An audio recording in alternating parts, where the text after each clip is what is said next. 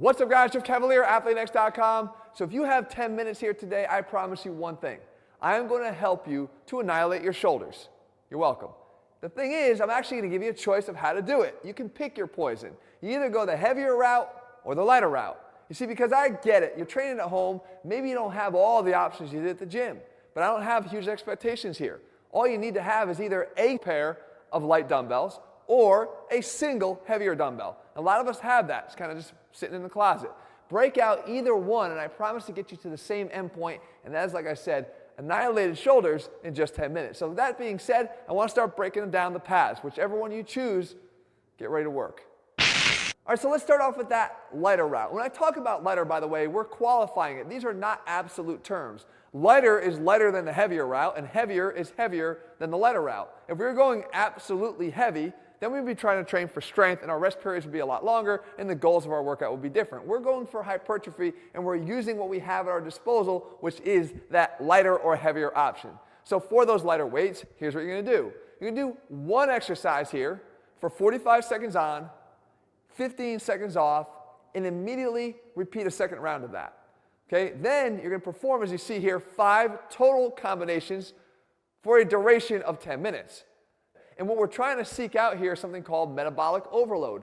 And it's beautiful that we have these quick, short little rest periods because it's going to enhance the effect of the metabolic overload. You do your 45 seconds of rest, you get that brief rest just to shake out the burn, and you bring it right back again and see if you can get through another 45 seconds of this. Is it tough? Yes. Is it capable of delivering hypertrophy? Yes. So you might as well pursue it, guys, and push yourself through it as much as you can.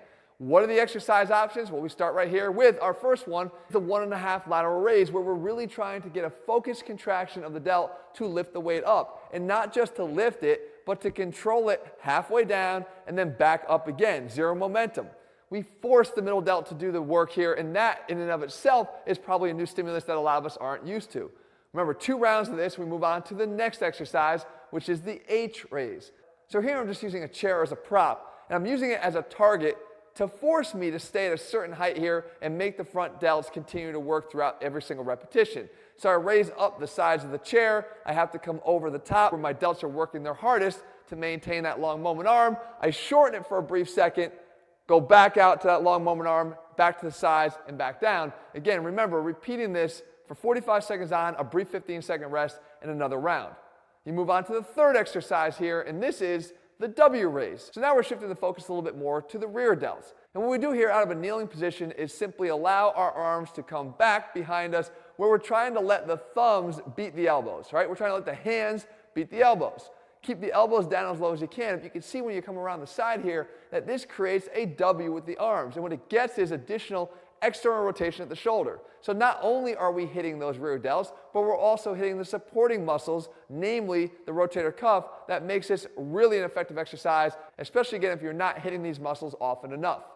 The fourth exercise in this workout is something we call the Urlacher. Now this one I'm doing sitting on the edge of a chair, but again, you can do this one from a kneeling position as well. It starts off as a little bit of a bicep hammer curl, but it quickly turns into this external rotation, side lateral raise combination.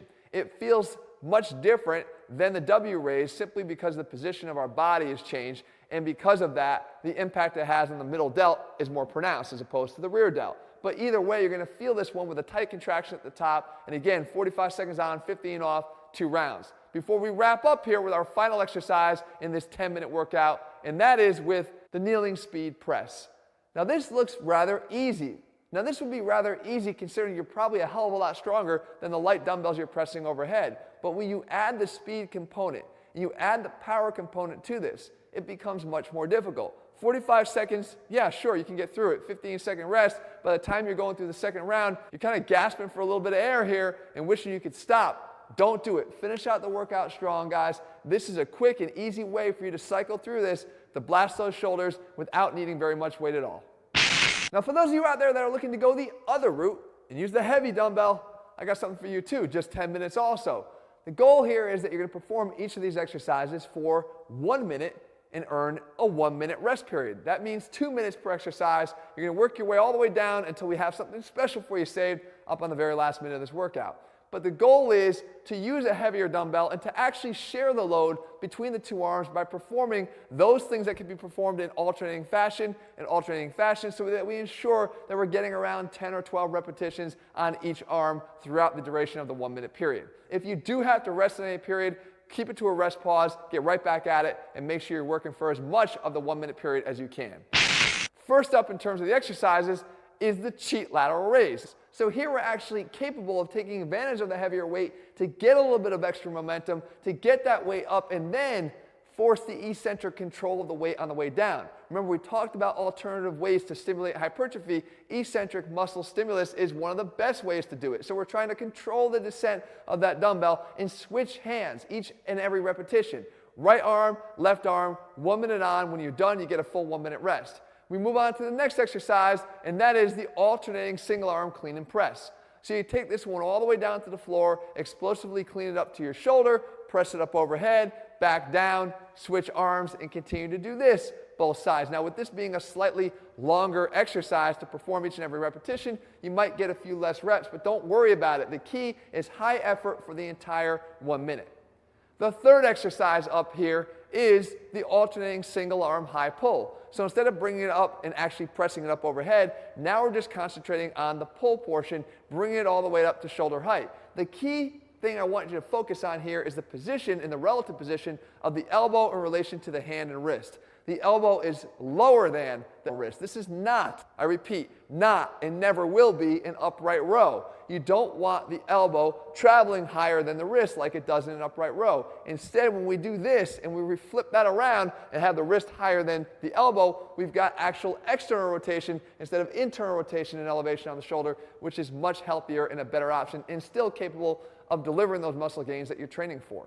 So here we move on to the fourth exercise, and that is the grave digger. So we kneel down and we simply bring the dumbbell up to that shoulder, press up and over. Remember, you're sharing the load here now by being able to split the weight and the load of the weight because you're holding onto it with two hands. At this point in the workout, though, this is conveniently timed to still be able to deliver that stimulus of overload because it's going to feel a lot heavier than it is because you're already 4 exercises deep.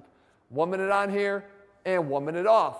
And you come to our last dumbbell exercise here, and that is the dumbbell press out. And this one's great because we're taking advantage of the fact that we can lengthen and shorten the moment arm of that dumbbell by extending your arms out or bringing it closer to your chest. When it's closer to your chest, you have a bit of a reprieve. You don't feel the full weight of that dumbbell because of that shortened moment arm, so it allows you a brief rest before you have to press it back out again. You rep it out. This one for 45 seconds. Because see here, you get just a 15-second rest before you have to do the last thing here in this workout, and that is a final burnout. Get rid of the dumbbell, drop down to the ground, do this body weight push-away press, see if you can last every grueling second to the very end. And if you do, you're going to wind up like I am here on the floor. You see, it doesn't matter which way you go, which poison you pick. The end goal is that your shoulders are fried here in just 10 minutes, proving yet again that it's not how long you train for, it's what you do in the time that you train that matters. If you're looking for workouts that optimize the time that you train so you don't sit here and train for hours and hours on end without necessarily getting the results that you want to see, then head to athletenext.com because we show you how to put your money where your mouth is. You train long, you train hard, but you can't do both. I'm going to show you how to train hard. All of our programs are available at athletenext.com. If you found the video helpful, leave your comments and thumbs up below. Let me know what you want to cover, and I'll do my best to do that. If you want more in this series, let me know. I'll do that too. In the meantime, if you haven't already done so, click subscribe and turn on your notifications so you never miss a new video when we put one out. All right, guys, see you soon.